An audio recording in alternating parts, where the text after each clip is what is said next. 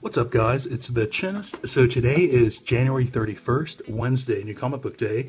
I have my haul here of 12 with 11 different titles. I was able to read the stack this week, so a lot of good stuff here. So starting off from the DC run, we have Dark Knight's Metal. You know, if you have not been picking up this title and you enjoy the Justice League and, you know, the big heavy hitters over at DC, you really need to be picking this one up. So I picked up both cover A and cover C, and man, I think this cover C is excellent. I think this cover of the week, there are not any additional Jim Lee variants out there because I'd be picking those up instead. But yeah, man, again, back to the storyline. If you have not been picking it up, you are definitely missing out. So a lot of new characters being introduced here into the DC world. This is really going to affect the continuity going forward. So in the last issue, you saw Bruce Wayne, Batman, and Superman escape from the Battery. The various teammates are kind of off doing their individual tasks to try to save the universe, which the Dark Knights and Barbatos is trying to make it become all dark, you know, pure darkness. Of course, Batman and Superman are over at the Forge trying to find any light to kind of restart the universe. Great stuff, excellent action, great dialogue, great artwork by Greg Capullo. Man, check it out, guys.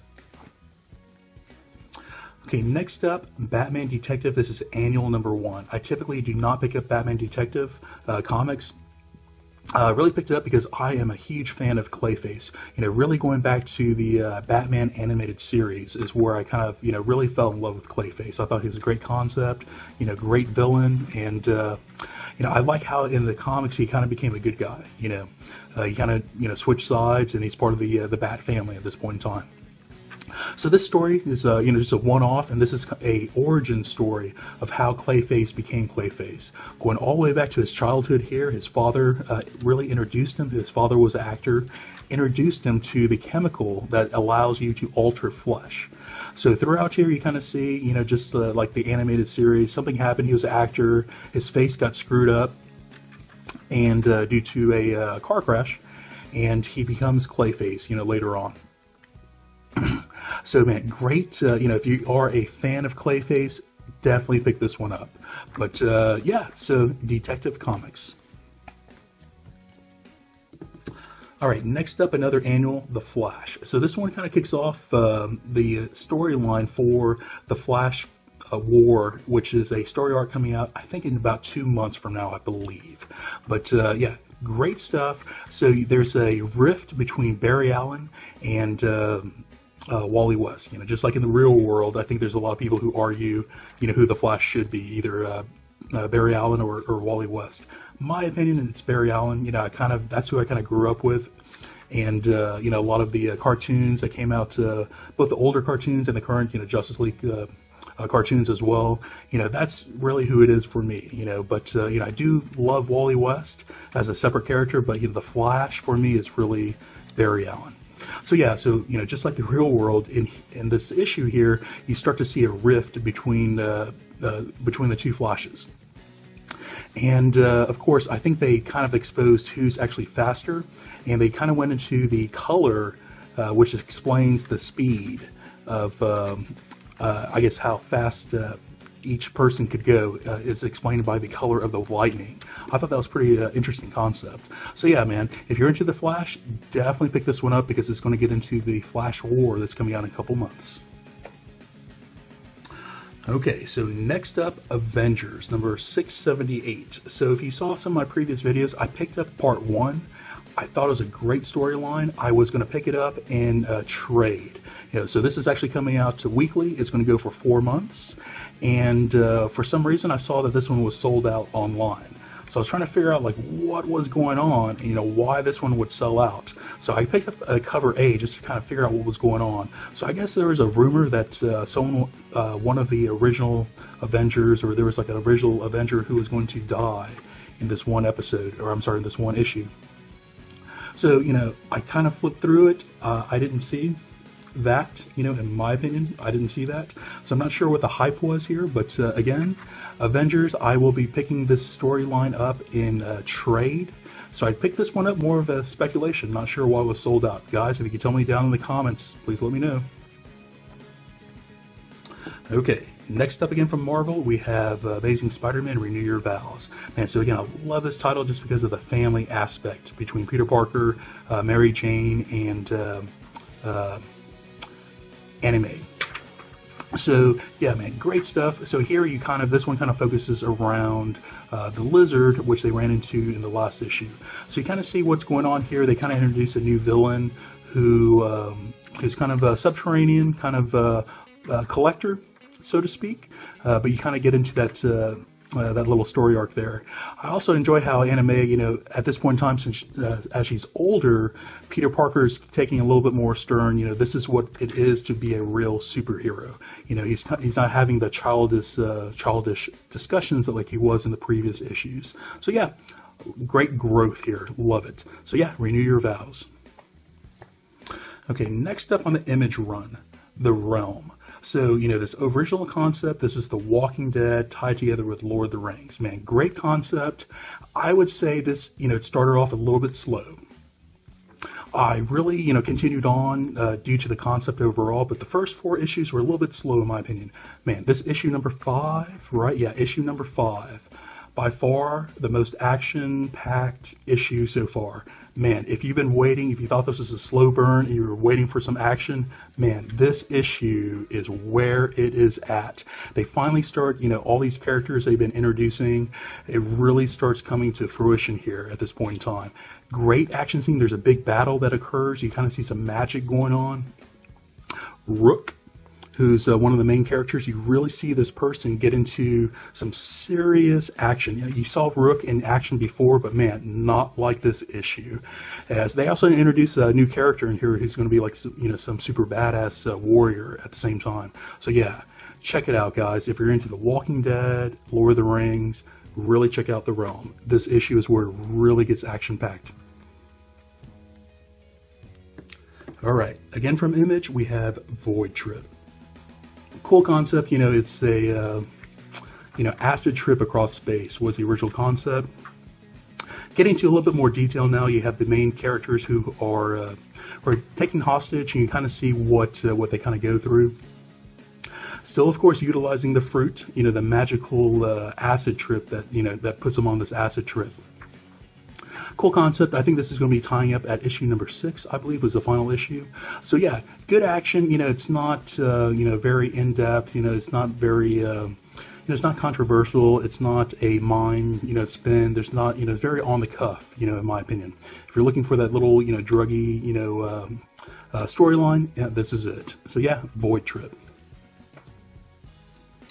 Okay, next up from Aftershock, Dark Arc. This is number 5, just like that other Realm number 5. Man, this issue starts getting really, really good, really interesting. So, the overall concept, you have 2 arcs. You have Noah's Ark, who has all the good animals, and then you have the Dark Ark. The Dark Ark is really all the evil animals who are on the world. You have to have both to have balance, essentially. This one gets into it to where, angels kind of come in. The angels think that the Dark Ark, and this is the human who kind of looks over the evil animals, they think that he's Noah. Angels go away. Then you have, and I forgot what his name is, but the main headmaster of the Dark Ark started talking to his master. You really find out that, Noah is in need of help. The angels go away. They're not going to help. They have to have balance, for these evil guys to, once they hit dry land, for them to continue on, they have to have the good animals survive as well for food going forward, or else no one is going to survive. So pretty cool concept. They really execute well in this one issue. Again, this issue number 5. There's something about the number 5 that starts getting really, really good. So yeah, Cullen Bunn is doing an excellent job here. Dark Arc number 5. Okay, next up, Lazaretto, another number 5. So this one actually ties up the series. It stops at the miniseries number 5. So yeah, so this overall concept, Lazaretto is like it's like a commune where they kind of shun off people with leprosy or diseases that they don't really understand throughout history. So here you have this horrible viral outbreak The college is quarantined, and during the quarantine, the virus actually starts to mutate, starts to actually become worse. So you have this college who's completely separated from the outside world, and you start getting like a Lord of the Flies effect.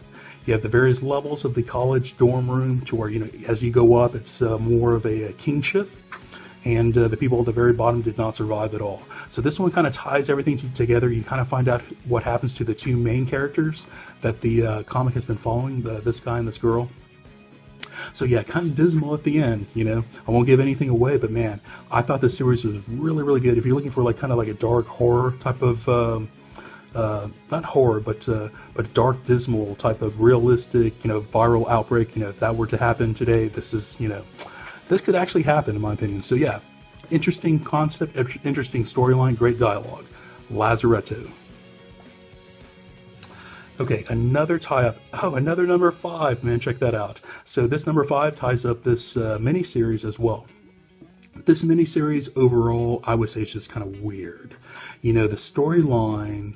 So the title, The Beautiful Death, is actually, the very last remnants of the humans. They're invaded by these insect-type aliens that came, I guess decades ago, maybe at this point in time. And this is really the story of the very last humans and what they go through. So yeah, overall, it's a weird storyline, kind of trippy. If you enjoy this artwork, I thought it went along with the storyline very well. Overall, I don't know if I could recommend the storyline overall, in my opinion. This kind of really ended like a 3 out of 5 for me. So yeah, won't give away what happens at the very end, but, interesting, but more in a weird, interesting kind of way if you're looking for that. So yeah, The Beautiful Death by Titan Comics. Okay, got one from Valiant this week, Eternity. So this is number 4, and this actually ties up the series here. So you have the original, the Russian cosmonauts that started off, the Valiant universe at the very, very beginning. They went out, they got, they became godlike, so to speak. They have, powers that could basically do anything, alter reality, alter time, they could do anything. They have a child together. This entire series is them looking for the child who was lost. So at the very end, you see what happens to the child. You actually see the child kind of progress and, kind of grow up. In a sense. Won't give it away, but if you are into the cosmic scene, this is very much for you, in my opinion. If you're into Valiant and you're trying to get into it and you do like the cosmic scene, check this one out. So yeah, Eternity, and this one ties up right now at number 4. Alright, last up for you from Vault Comics, we have Reactor. Very, very cool concept. So this is by Donny Cates. Donny Cates is a writer that's on fire right now. I enjoy this title so far. So what you have are alien vampires who came to Earth a long time ago. Humans started fighting against them. The humans found out, there's no way that the humans are going to win overall.